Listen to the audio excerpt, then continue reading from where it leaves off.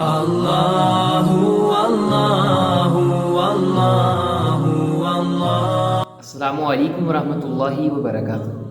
آج ہم اپنے معاشرے میں دیکھتے ہیں کہ بہت سارے لوگ ایسے ہیں کہ بہت ہی لمبی لسٹ ہے لوگوں کی کہ جو لوگ اپنی بہنوں کو وراثت میں سے حصہ نہیں دیتے۔ حالانکہ دیکھیں اسلام نے جو دین اسلام ہے ہمیں اس کا درس دیتا ہے کہ دیکھو جیسے تمہارے باپ تو ایک ہی ہے نا، تم بہن بھائی ان کے بچے ہو، تو کیا ہے جس طرح تمہارا حق ہے اپنی پراپرٹی میں، اپنی جائیداد میں، وراثت میں، تو اسی طرح تمہاری بہنوں کا بھی ان میں حق ہے۔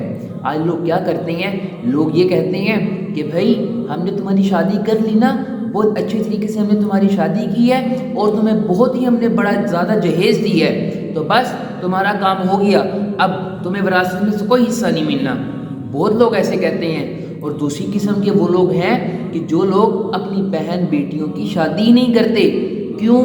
اس وجہ سے کہ اگر ہم نے ان کی شادی کر دی تو ہمیں وراثت میں سے ان کا حصہ دینا پڑے گا۔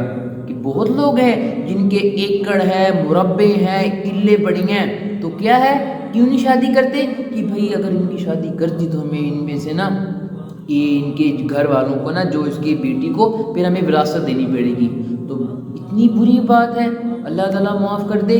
کو آج کیا ہوتا ہے، آج اللہ تعالیٰ معاف کریے، آج ہمارے معاشرے میں ہو رہا ہے کہ اگر دیکھا جائے نا یہ بھی ایک طرح کا ظلم ہے۔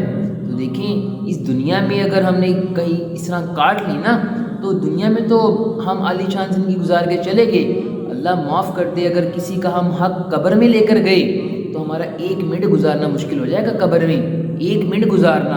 اور جب اللہ تعالیٰ قیامت کے روز ہمیں کھڑا کریں گے، اللہ پوچھیں گے تم اپنی بہن کا حق کیوں نہیں دے کر آئے، اپنی بہن کا حق کیوں نہیں دے کر آئے جب اس کی تم نے شادی کی تھی۔ پہلی بات تو پوچھے کہ شادی کیوں نہیں کی اس کی، اس وجہ سے کہ اسے وراثت میں حصہ دینا پڑے گا۔ اور جب شادی کرتی تھی تو پھر اس کو وراثت میں حصہ کیوں نہیں دیا؟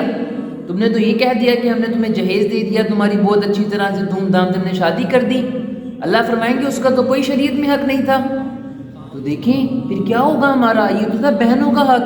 اسی طرح جب ہمارے کوئی بھائی فوت ہو جاتا ہے ہمارا تو ہم اس کے اپنی بھابھیوں کے ساتھ کیا کرتے ہیں سلوک، اس کے یتیم مسکین بچوں کے ساتھ ہم کیا کرتے ہیں، یتیموں اور مسکینوں کا ہم مال ہم کھا جاتے ہیں، ڈکار تک نہیں ہم لیتے۔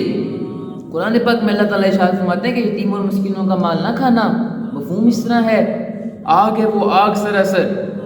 تو کیا بھابیاں آتی ہیں کہ جی میرے بچے جوان ہو گئے ہیں، مجھے ذرا وہ جو میرا حصہ تھا مجھے وہ دے دیں، ہم نے تمہیں پالا نہیں اپنے گھر میں، تمہیں کھانا کھلایا، یہ کیا وہ کیا، جو تمہارے پیسے تھے وہ ہم نے سارے لگا دیے، اب تمہارا کوئی حق نہیں ہے۔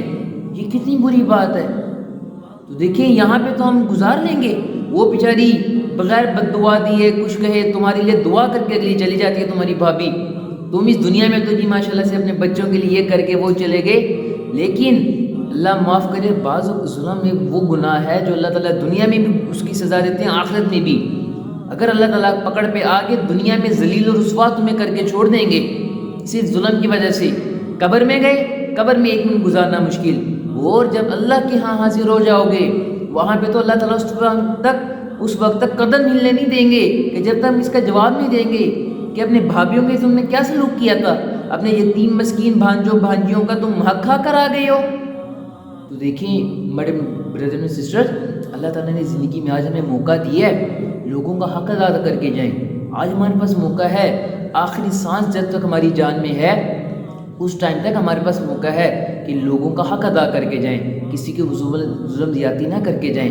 اگر ہم ایسے کر کے چلے گئے نہ ہم اس دنیا میں کامیاب ہوں گے، قبر ہماری مشکل ہو جائے گی، آخرت تو اللہ تعالیٰ معاف کر دیں وہ بھی انتہائی مشکل ہو جائے گی۔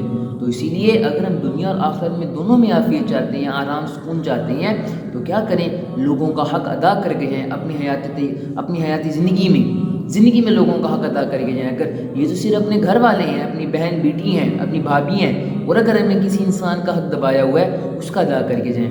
اللہ تعالیٰ سے دعا ہے کہ اللہ تعالیٰ اس کو سمجھنے کی اور عمل کرنے کی توفیق عطا فرمائے۔ السلام علیکم ورحمۃ اللہ وبرکاتہ۔